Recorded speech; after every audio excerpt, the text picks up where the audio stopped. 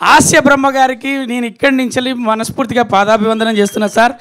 ప్రతి విషయంలో మమ్మల్ని గెలిపించడానికి ఆయన పుట్టిండు, ఆయన పుట్టినందుకే మేము పుట్టినాము, ఆయనతో పని తీసుకోవడానికి అర్థమైతే లేదు. చాలా విషయాలలో గెలిపిస్తూ ఉన్నాడు. నిన్న బెహరీన్లో ఉన్నాడు, ఇవాళ మన స్టేజ్ మీద ఉన్నాడు. అది ఒక హాస్య బ్రహ్మ గారికి సాధ్యమవుతుంది. అలాగే ఏం రత్నం గారికి మనందరం సినిమాలు ఎన్ని చూసినాం, బాయ్స్ కావచ్చు, ఎలాంటి సినిమాలు చూసినాం. అలాంటి ప్రొడ్యూసర్ పిలువగానే నేను వస్తా రవి, అర్జున్ సాయి అని చెప్పి మాట ఇచ్చినందుకు ఏం రత్నం గారికి, అలాగే ఎల్బి శ్రీరామ్ గారికి, అలాగే లక్ష్మీ భూపాలన్నకు, అలాగే ఇక్కడికి వేదిక మీద ఉన్న ప్రతి ఒక్కరికి, మరి గట్టిగా చెల్లం గారికి ఆయన ఎన్ని సంపంగిలు తీసిండు. అలాంటి మరి రచయిత ఇక్కడికి రావడం జరిగింది.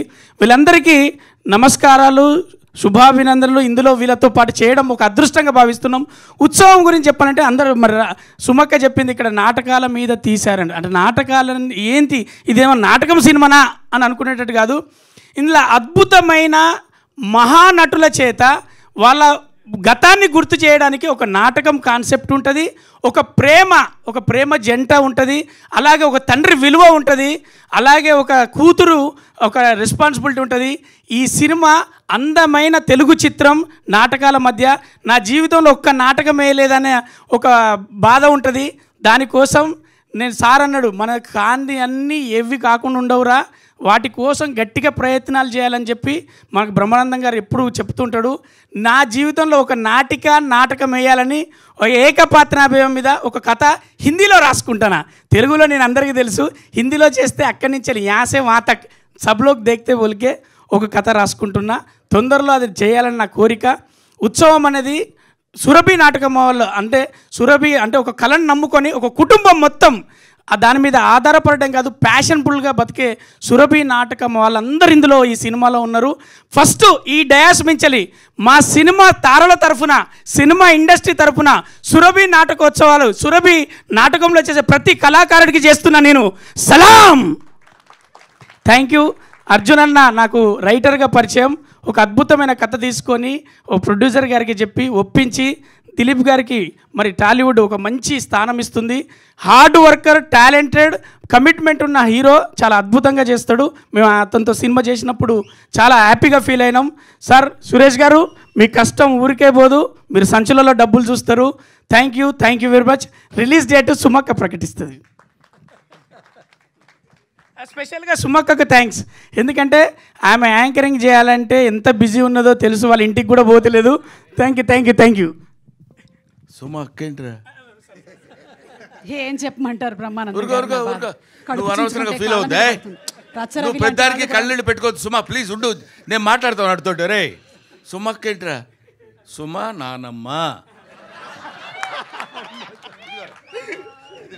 మీరు ఈరోజు కూడా బెహరీన్లోనే ఉండాల్సింది. అది అంటే ఇప్పుడు బ్రహ్మానందం గారిని ఏమని పిలవాలా అని. ఓకే, ఈ రిలీజ్ డేట్ సంబంధం నాకు లేదు. ఆ రిలీజ్ అంటే 10 years బ్యాక్ చిరంజీవి గారు నేను ఏ రకంగానూ మారట్లేదు అన్నదానికి నిదర్శనం అది. ముకుంద ప్రీ రిలీజ్ ఈవెంట్ నా ఫస్ట్ ఫిలిం నుంచి చూస్తున్నాను సార్.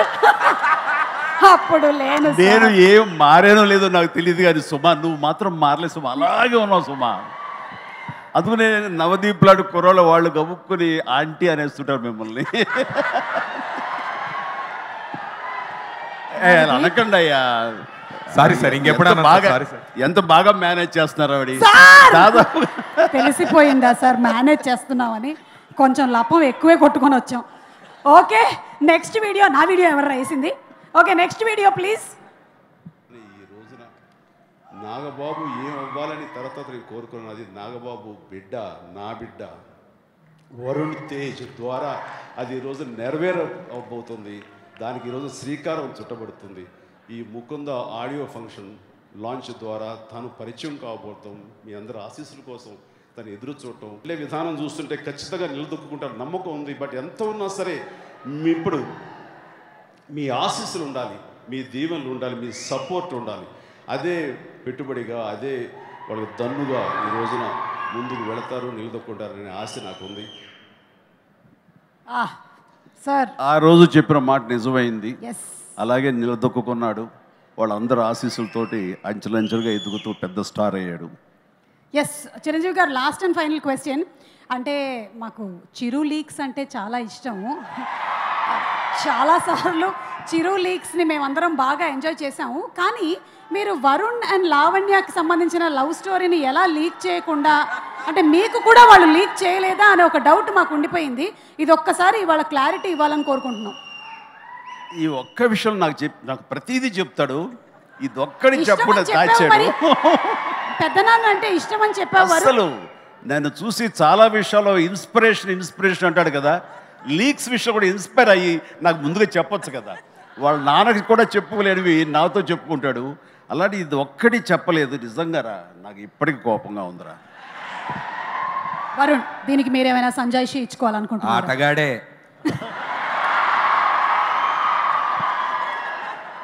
అది గౌరవంతో కూడిన భయం, దానివల్ల జాగ్రత్తగా. కానీ ఫస్ట్ మా ఫ్యామిలీలో నేను చెప్పింది మా పెద్దానికే ఆ విషయం. బట్ ఓకే, ఉన్నాయి. అర్థమైంది. థ్యాంక్ యూ చిరంజీవి గారు. వరుణ్, ఇప్పుడు ఈ మూవీలో మీరు టెస్ట్ పైలట్ క్యారెక్టర్ పోర్ట్రే చేస్తున్నారు. అది చాలా రిస్క్తో కూడినటువంటి ఒక క్యారెక్టర్. అంటే ఇందులో క్యారెక్టర్ అయినా సరే రియల్ లైఫ్లో ఉండేటువంటి టెస్ట్ పైలట్స్ వాళ్ళందరూ చాలా రిస్క్లో పెడుతూ ఉంటారు వాళ్ళ లైఫ్ని.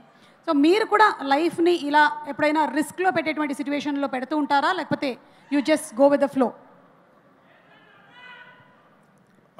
రిస్క్ అంటే అది ఇష్టమైన రిస్క్. అది ఈ ప్రొఫెషన్లోకి వచ్చిన తర్వాత అలాంటి రిస్క్ ప్రతి ఫ్రైడే తీసుకుంటూ ఉంటాం, జనాలకు మంచి సినిమా ఇవ్వాలనే దాంట్లో. బట్ అది రిస్క్ అంటే రిస్క్ అని తెలీదు, బట్ చాలా ఇష్టంతో చేస్తాను అది.